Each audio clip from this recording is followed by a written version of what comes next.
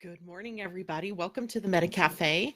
Grab your cup of coffee or your tea, sit back and relax, and let's chat about what is going on up in the sky today.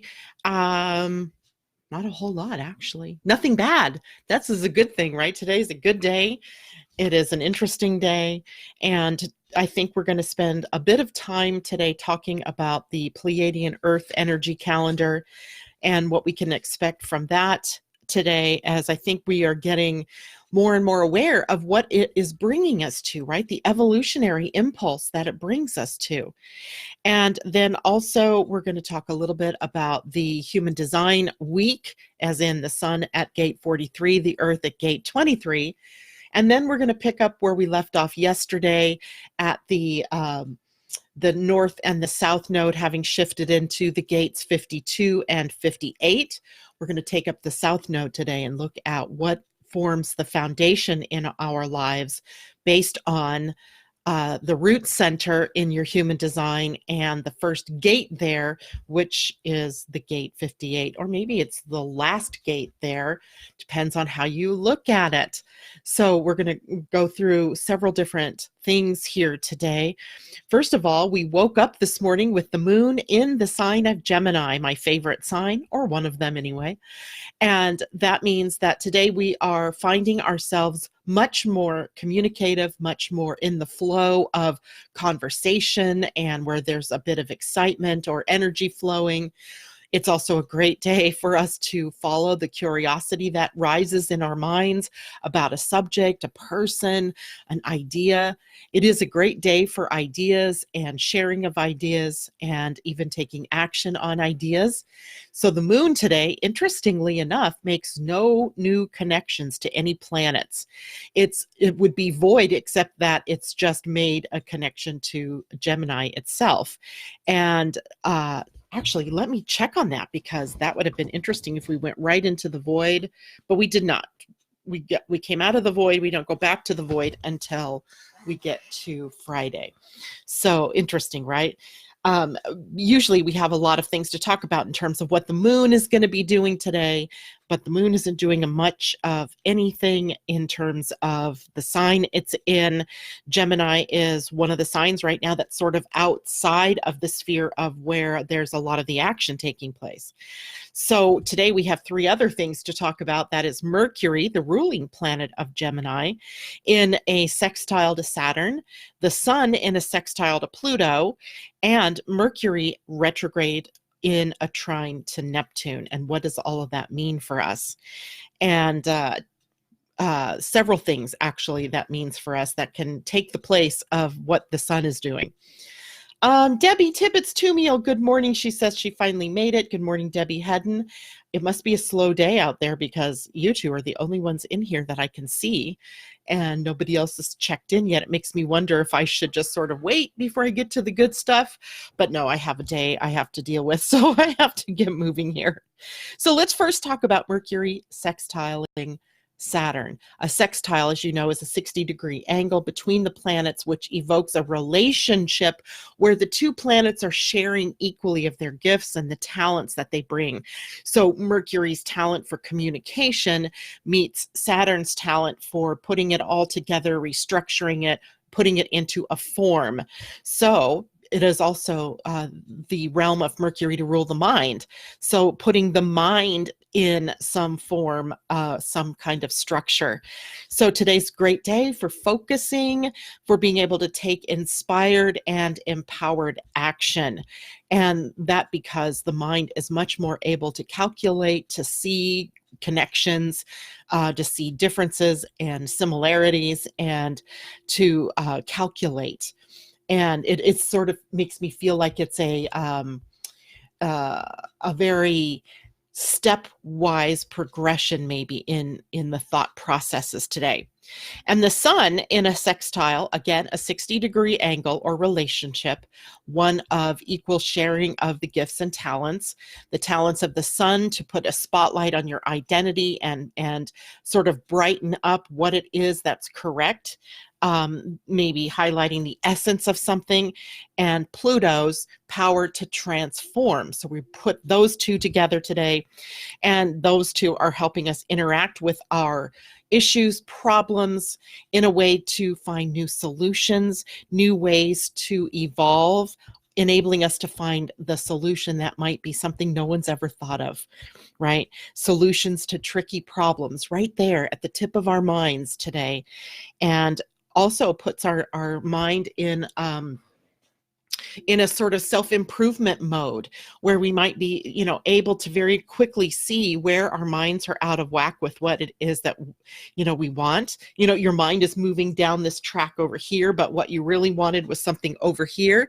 So today we might be able to very much course correct through a process of self-realization, introspection perhaps, and also this is a great day to clear away all of the self-deluding patterns that you may have developed where you thought, delusion to me is sort of an interesting word, because we could create the delusion of what our reality is. And then today, on a day like today, we might wake up and go, wait, that's not really my reality. And where did that come from? And how did I create that? But also delusion sometimes is where we've been living in a fantasy world and not seeing things with clear eyes or with clear thinking. Well, today helps these three transits, Mercury and Saturn, Sun and Pluto, and then Mercury and Neptune, helping us to see things, clearing out a bit of the cobwebs that have been sitting around, kind of clouding our vision. Mercury in retrograde, right, is in Scorpio. So it is taking us into the deeper waters, the deeper reasons, taking us with a sort of intensity. It's almost like this very powerful purpose running through all of us right now to clear out the untruths and to clear space and to make room for something new. And in that process, of course, delusions and listening to a higher voice, your higher self, becomes so important, right? And that's part of what today brings us, is that ability to take inspired action, become empowered to take that inspired action, enabling us to find maybe the solutions to some of the trickiest problems out there, self-improvement, self-reflection. And that's actually quite a bit for one day, don't you think? So when I started this morning, I said that we were going to take a deeper dive again into the energies of the Pleiadian-Earth calendar. And that's because today we have come to the end of the Pleiadian-Earth week, and that is the number 13. We are at 13, self-regulating today. Now, the number 13 is a universal energy. So the numbers in the Pleiadian calendar represent the universal energies for the day. And that means that no matter where we are in the universe, we would be resonating with this number of completion and integration. 13 is about our ascension to the next level, returning to the source in preparation for the next level of the spiral of consciousness, or the spiral of evolution. So here on this day is where we return to the void and we begin a new cycle. So we're completing something in preparation of starting something. Tomorrow will be the one universal day, and we'll see where that might be taking us. But for right now, we're completing the cycle that began on November 1st with the energy of seeing. So what are we completing? What is the clarity here? Because today is a day, again, where we are where we can find clarity in the dark, right? If we're willing to go into the void, if we're willing to go into the stillness, we can find the answers that we seek, right? We're not going to find them in the loud rumblings of our mind. We're going to find it when we dig into the dark. And the potential on a 13-day is that we have this frequency shift, and we're shifting out of the busy, loud noise of the world into the quiet stillness where we can integrate everything that we've learned and in preparation for the new beginning. And here's where we also, using this particular calendar, where we get to really tap into what does it mean to be in a cycle, because this particular calendar brings us into these cycles of time. And we have these 13 days, we have 20 earth energies, and it is the combining of these things that run the calendar. It runs the calendar, but the calendar is a representation of the evolution of consciousness. And so you cannot say that about our Gregorian calendar and it's linear. Oh, today is the 13th day of November, and that's all there is to it. It is the 13th day of November.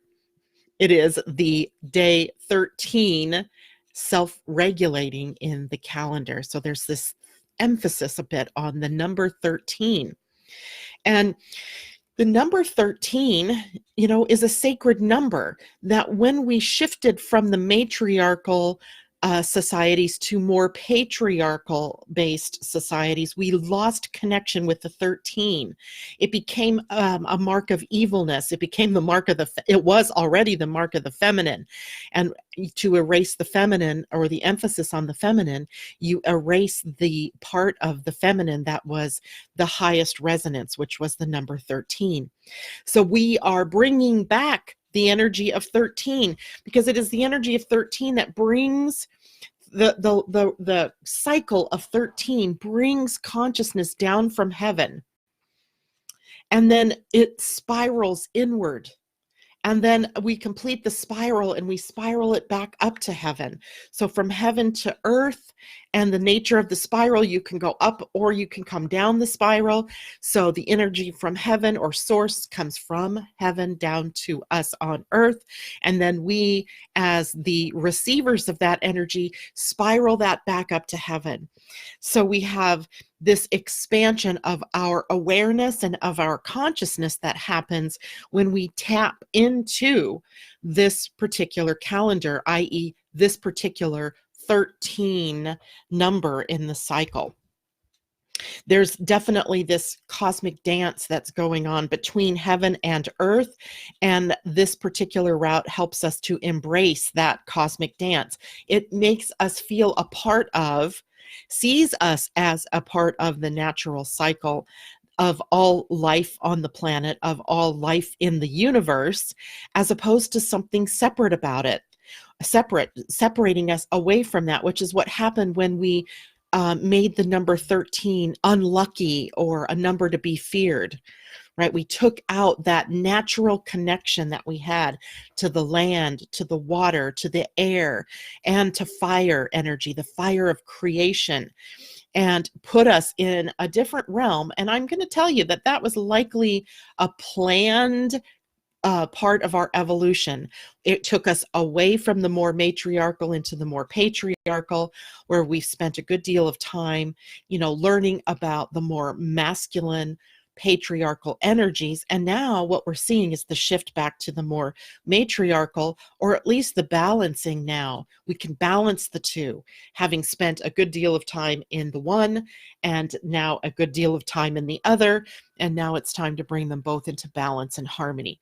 Using a calendar like this helps you do that. And then, of course, we can't forget the earth part of this energy, which today is self-regulating. In the Mayan calendar, this was the energy of Etznab, which was the flint knife or the obsidian knife or the obsidian mirror. It's another reflection sort of tool that we have here. It brings ourselves back into the flow, because the mirror energy shows us where we must adjust. So, in the morning, you're looking in the mirror and you're like, oh yeah, hair looks good, makeup's on. Oops, I missed that line. I need to fix that. That mirror always shows us a reflection of what needs to be adjusted. So rather than a mirror here that's just reflecting what we look like physically, this is a mirror that reflects the truth of who we are.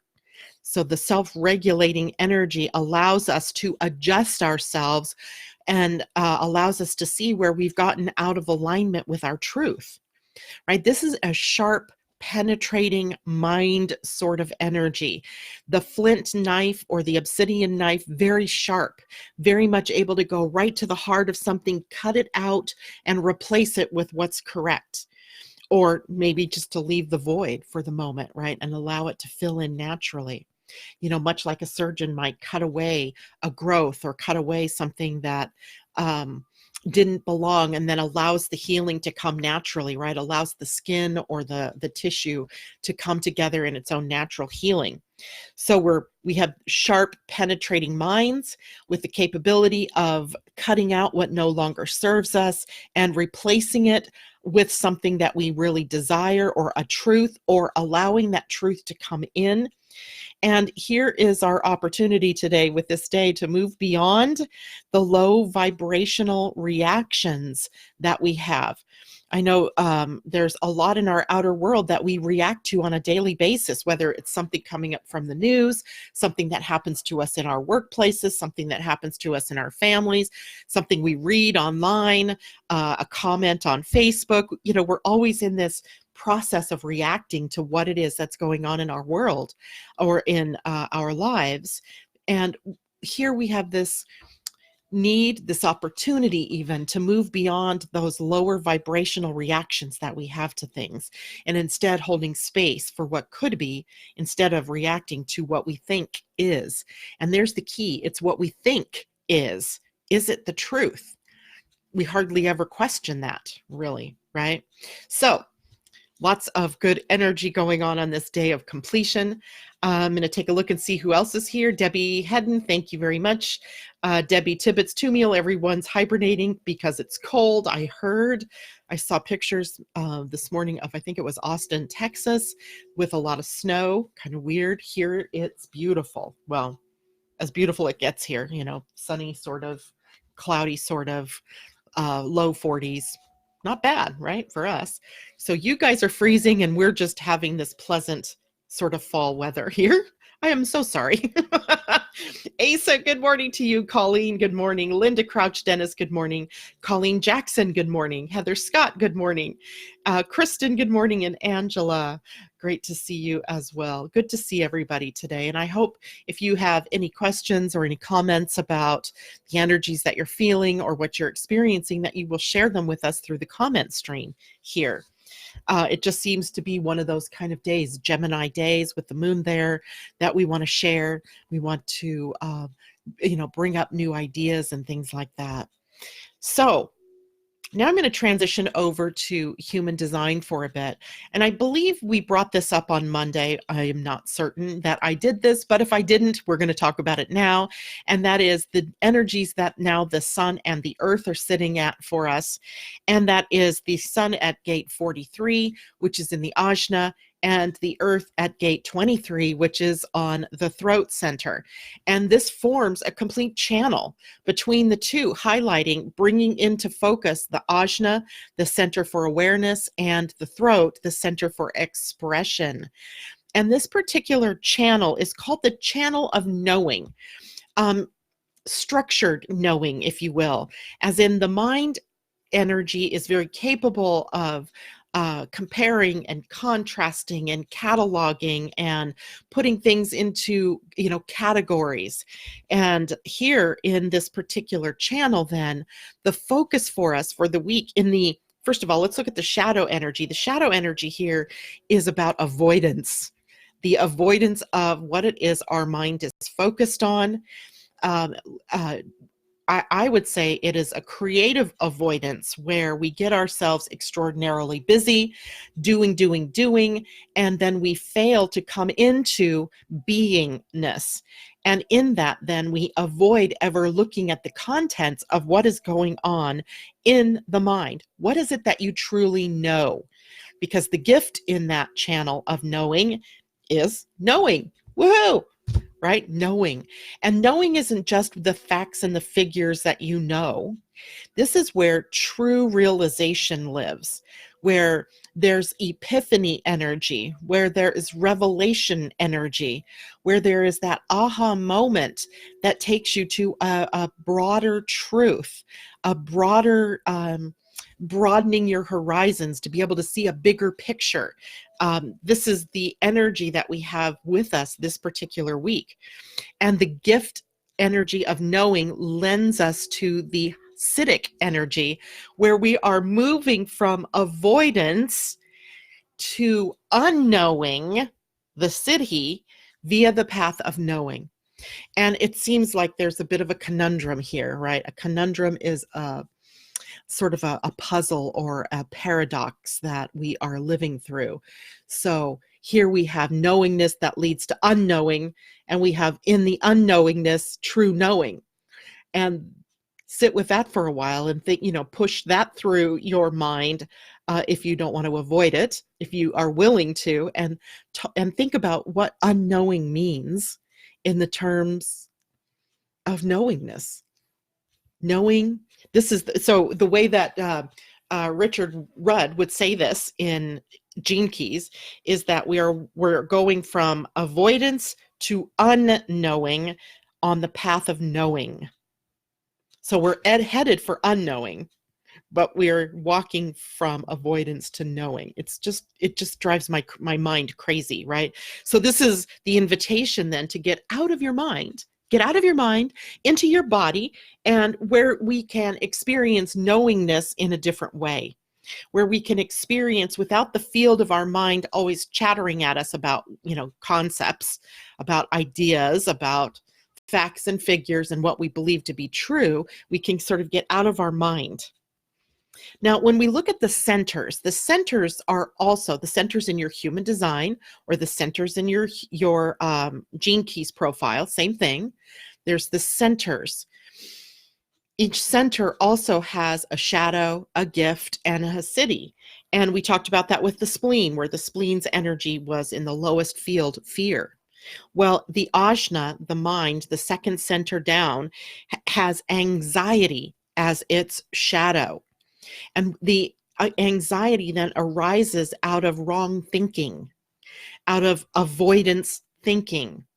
So an avoidance thinking is where we put our, thoughts on the busyness of the day. What do we have to do? Where do we have to go? Who do we have to talk to? Instead of quietening the mind and moving into that quiet or stillness. Remember yesterday, the new focus for the nodal energy is now in the gift of stillness, right? Restraint is the gift, the siddhi was stillness. In the gift of the ajna, we have thinking, and in the highest expression, we have awareness. And here's why we say that the ajna or the mind is not meant to make decisions, because it's only an awareness center. It can only be aware. It can be self-aware. It can be aware of higher truths. It can be aware of the thinking minds going round and round and round. And from there, it can also be aware that the decisions aren't made from that spot. The decisions come from lower in the body. Now, the sun at the gate 43, which is the one that's on the ajna pointing down toward the throat, is part of the codon ring of destiny. So there's a very important aspect to the gate 43, that epiphany and revelation is part of our path of destiny. And the fellow gate that sits with the 43 in the ring of destiny is the gate 34, which is in the sacral. And it is about taking inspired action based in awareness and insight. And then the mind, the ajna, where the gate 43 sits, the other gate at the ring of destiny, takes us into that moment of aha. Right. And the aha we find here is that we cannot force it to happen. We can't force a revelation. We can't force an epiphany. It's when we give up forcing, when we give up and think, I'm never going to come to that answer. And you go off and you start making the bed or eat your breakfast, or you get in the shower. That's when it happens to me. I get in the shower and suddenly, where I don't have paper or I don't have a recording device, suddenly the answers come. And it's because we stop pushing, or we stop trying to force the thought or the epiphany to occur. So we have the ring of destiny evoked through the gate 43, and our epiphany and insight that moves us forward along our path of evolution. And then we have the earth sitting on the throat center at gate 23. And so gate 23 reaches up and connects to the gate 43. And here we have the codon ring of life and death, right? Life and death. And I didn't have time this morning to go into that deeper. It made me think that one day I really need to do some kind of work around these codon rings, because they are within our DNA, right? It's the very fabric of who we are. So when we talk about these gates, we're not just talking about some, pie in the sky format that we can see on a chart called human design, or in a profile called your gene keys hologenetic profile. We're actually talking about a picture of what's going on within you in the very fabric of your DNA. So when we're talking about the codon ring of life and death, it's not just some concept. It is something that is moving through your very building blocks of who you are. And in that, of course, remember, DNA is a transducer of light. So the more we talk about, the more we understand about what's going on in these codon rings and going on at these gates and through these transits, the more we allow light into our DNA. And as we allow more light into our DNA, it really starts to shift us to the point where I believe at some point we move out of Homo sapien, which is, about knowing, about using the mind, and we move into more of Homo luminous, where we're using the information encoded in the light. The light coming into your DNA, wakening these parts of you that have lain dormant, that we are, by our very working with this energy, asking to become more real for us, to become exposed, right? To allow us to engage with at a different level. And it is a choice. This is a choice that we're making, right? Do we choose completion and integration, ascension and return to source? Or do we, return to the void, where we just say we don't know and we allow that light to come in? By the way, that's where Jupiter is right now, at the gate 11. The gate 11 is also on the Ajna, leading down to the throat. And the gate 11 is really kind of interesting because it is the shadow of obscurity, where we are in the dark. We're in the dark. And the gate 11 gets triggered as a way, just this little pinpoint of light. And if we can focus on that light, it gets bigger and bigger and bigger. So Jupiter's having us at this moment focus on the light, even if it's just this little pinprick of light. The fact that we would focus on that holds obscurity at bay, or, broadens the light and brings the dark out to the edges. Not that there's something wrong with the dark. That's not what I mean either, because the dark is the feminine. The dark is the void. The dark is where the incubator of ideas. But we also have to be willing to look at the light and to allow that light to even filter into your DNA so that you can become all that you were meant to be. Lovely, right? And something else really kind of interesting at the gate 23 here is in its shadow. It is the shadow of complexity. If you look at your life, you look at the world that we've built here, it is all very complex. If the power goes out, I can't run my computer. I have to default to my phone. And if I don't have cell signal, I don't have communication. And there are, my food would spoil without power. Those of you who were in California during these blackouts that you had, what were you doing with your food? Things were spoiling. So there's something to be said here about taking our complex civilization and simplifying it. And the gift indeed in this gene key is simplification, or simplicity.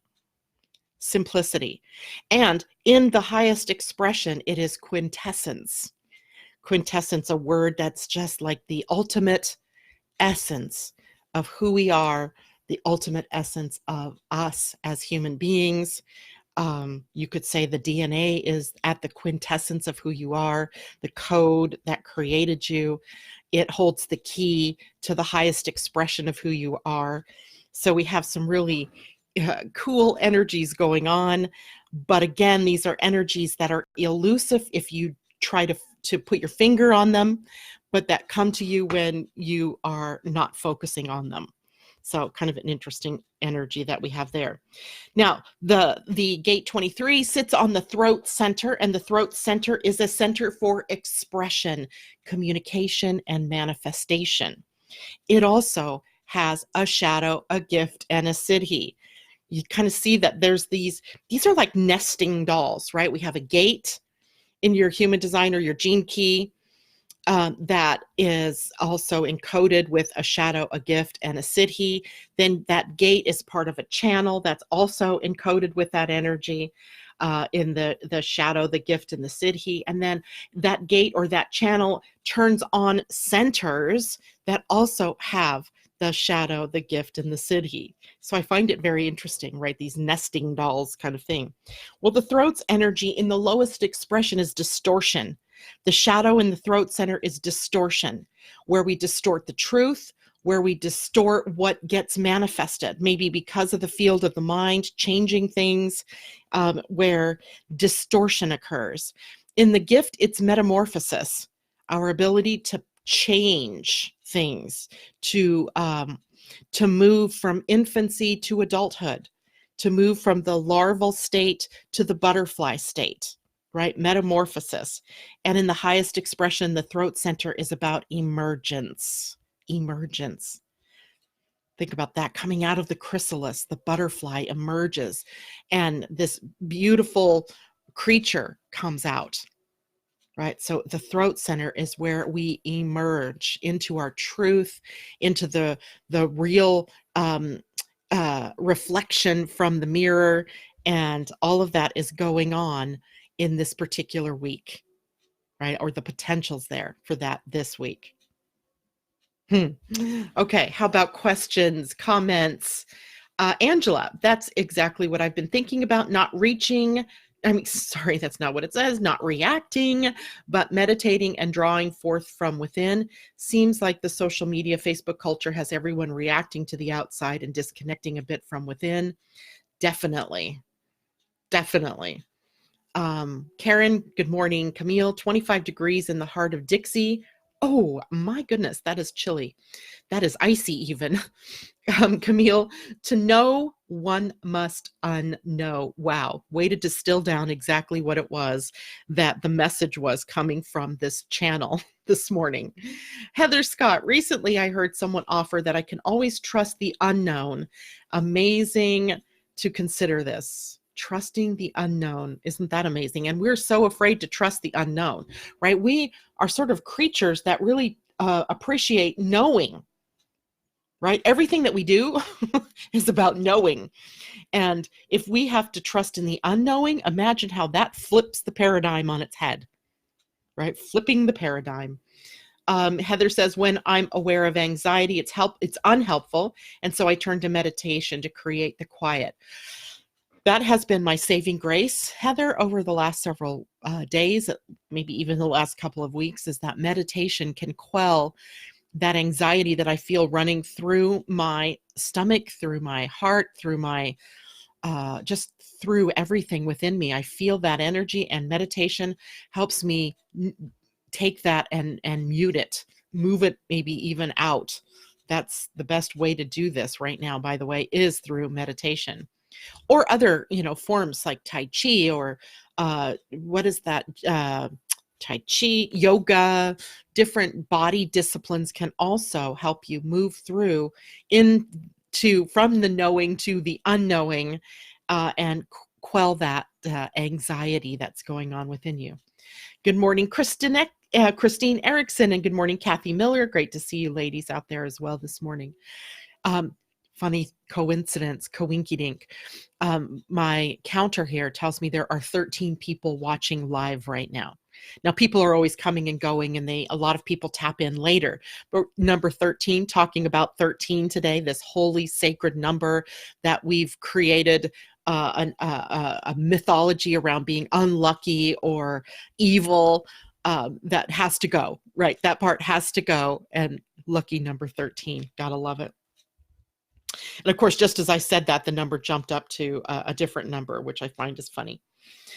Okay, now yesterday we talked about the nodes and how they've shifted out of the gates of provocation and struggle or fight, and now have moved into the gate that evokes peace, restraint, stillness. And in the south node, the shift has taken us into the gate of joy or bliss, vitality. And in the lowest expression, it is discord. And so this morning, yesterday we read about restraint. Remember, we talked about this guy, right? This card, the restraint. Today, we're going to go into vitality, the gate 58. Look at this guy. I mean, who dresses like that, right? I mean, it's just beautiful. He reminds me of the Green Man, maybe. The heart on his forehead evokes compassion and love. I do believe he's got turtles swimming around his eyes. And I'm sure there are other symbols here that we could pull out. But the card 58, by the way, this is based on the Wisdom Keeper's Inner Guidebook, The 64 Faces of Awakening by Rosie Aronson. And it is an oracle card deck, but also has these wonderful stories in the book. And when we're looking at the gate 58 or the gene key 58, they're interchangeable words, we're looking at the gift of vitality, which was the word here at the bottom, the gift. And the shadow is dissatisfaction. The siddhi, the highest expression, is bliss. Interesting, because the south node is a reminder of the past, where the north node yesterday was where we were moving to, into restraint and into stillness. We are coming from this energy of bliss. And here's the wisdom story here. By the way, there's a little blurb here that says increased vitality really means increased freedom. Sit with that one for a little bit too. Here's the wisdom story. As soon as I could stand up, I was on a surfboard. As a young boy, all I wanted to do was play in the water and ride the waves. One day, while surfing, I experienced a moment of pure bliss. I spent the next 10 years trying to recreate that experience. I worked hard to improve my instincts, stamina, and skills. The stronger I got, the more compelled I felt to improve the world as well. So I drove into self-help philosophy like the ocean, swimming from book to book and teacher to teacher, but never finding anything that truly satisfied me. The only truths that really made sense were the ones I learned from surfing. Surfing taught me about healthy and unhealthy fear. It taught me about perfectionism and flexibility. It taught me about joy and freedom. It taught me about being in the now. So I wrote a book about it. And before I knew it, I was on tour, inspiring people all over the country. But still, I felt dissatisfied. Teaching and traveling were stressing me out, and I wasn't surfing enough. So I booked a trip to a renowned surfing site, determined to unhook from the world and reconnect with my joy. But a wave came that I wasn't prepared for. The damage to my body from the accident was so great that I was told I might never walk again. It was while lying flat on my back in the hospital for months that my true spiritual path began. At first, my spirit was crushed, but over time, as I accepted that this was my new life, I began to learn at the deepest level that there was no future and no past. There was only now. Anytime I fought that truth, I was interfering with life itself. As I surrendered to this truth, I began to experience unexpected moments of bliss, though I had very little to be happy about. Within 2 years, I was walking. Within 2 more, I was back on a surfboard. I was so grateful to be there at all that all attachments fell away. It wasn't about the waves, my skill or performance, or even about how the great experience was, or about how great the experience was. It was just about being, a tiny drop, and the vast ocean all at once.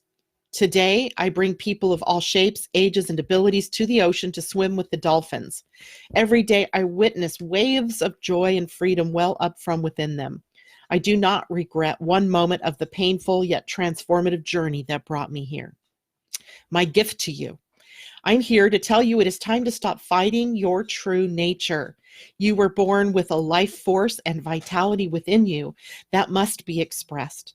You can attempt to interfere with it by trying to recreate it or by resisting dissatisfaction, but there's nothing you can do to get rid of the life pulsing within you.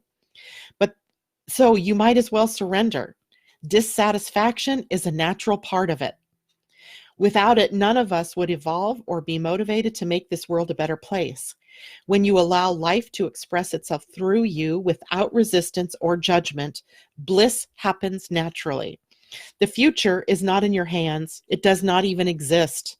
All there is now. So stop projecting into the future. Let life have its way with you and watch your purpose unfold.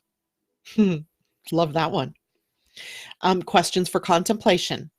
Are you still clinging to the belief that you can and should create a perfect, peaceful future that will last the rest of your life? Are you still trying to recreate an old experience of joy? Are you looking for happiness outside of yourself? How have your unsatisfying experiences contributed to your evolution and growth as a person, to the service you provide? When have you experienced your vitality or a moment of bliss? Make a list of your life's greatest dissatisfactions. How do you try to resolve or avoid these? For a day or a week, go on a resolution avoidance diet. Wow. So, interesting, right? Bliss and vitality form the basis. It's sitting in the impulse energy, in the endurance energy of the root center. That's where the gate 58 is. It's also where the gate 52 is. Two different expressions of the energy of the foundation of who we are, the root center. Okay, Londa, good morning. And Heather says, emotional freedom technique, also tapping. Good idea.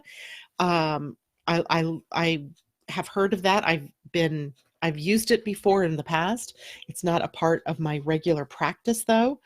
Not for any reason other than I don't often think about. That's not the first thing I think about. But it is definitely an interesting practice to partake in.